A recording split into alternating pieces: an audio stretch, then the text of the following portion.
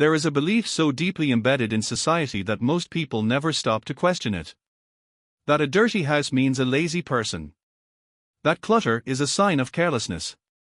That if someone truly respected themselves, their home would be clean. But what if that belief is wrong? What if the state of someone's home isn't about laziness at all? What if it's a language? A language the mind uses when it has run out of words. Here is what no one talks about. For some people, the mess is not an accident. It is not laziness. It is not a choice made with indifference. It is the only way they know how to cope. When the emotional weight inside becomes too heavy to carry, the outside begins to reflect it. The dishes pile up. The floor disappears under layers of yesterday. The curtains stay closed. And from the outside, it looks like disorder. But from the inside, it feels like survival. Because cleaning, truly cleaning, requires something most people forget. It requires you to feel. To touch objects that carry memories. To organize a space that reminds you of the version of yourself you no longer recognize.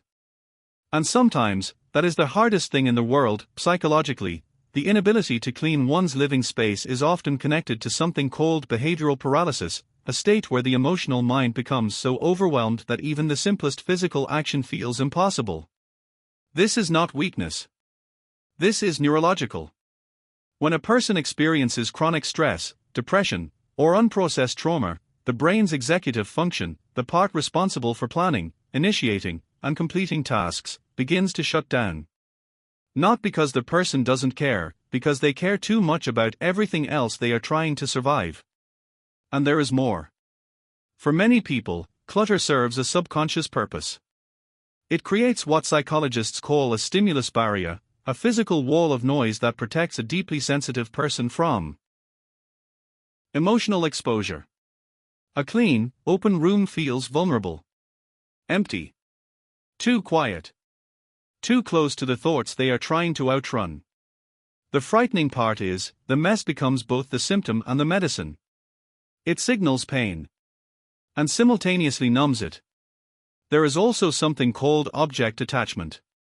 Some people cannot throw things away because every object holds emotional weight. An old ticket.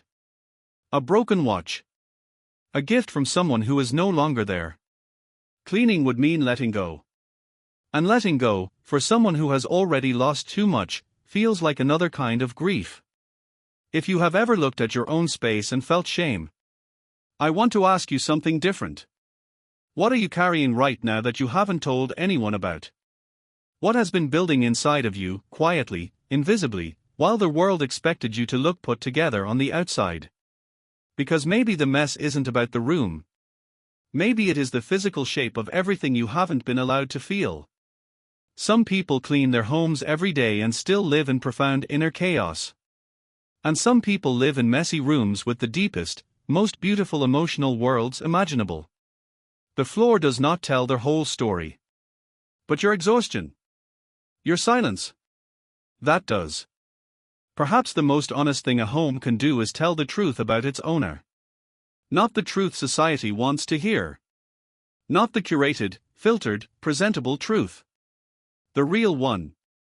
The one that whispers, something here is struggling. Something here needs attention. Not judgment. Attention. There will come a time, maybe not today, when the weight lifts just enough. When one corner gets cleared. One drawer closes properly. One cup gets washed. And that single act, small as it seems, is not just cleaning. It is a person choosing, slowly, quietly, to come back to themselves. That is not laziness.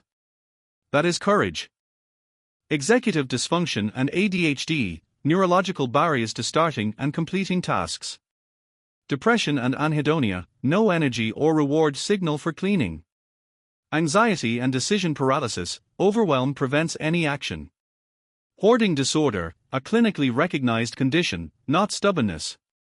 Trauma and PTSD responses, chaos as an unconscious protective mechanism.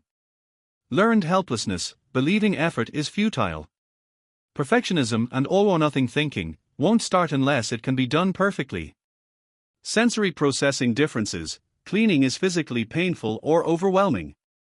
Chronic stress and cognitive overload, willpower and attention are already exhausted.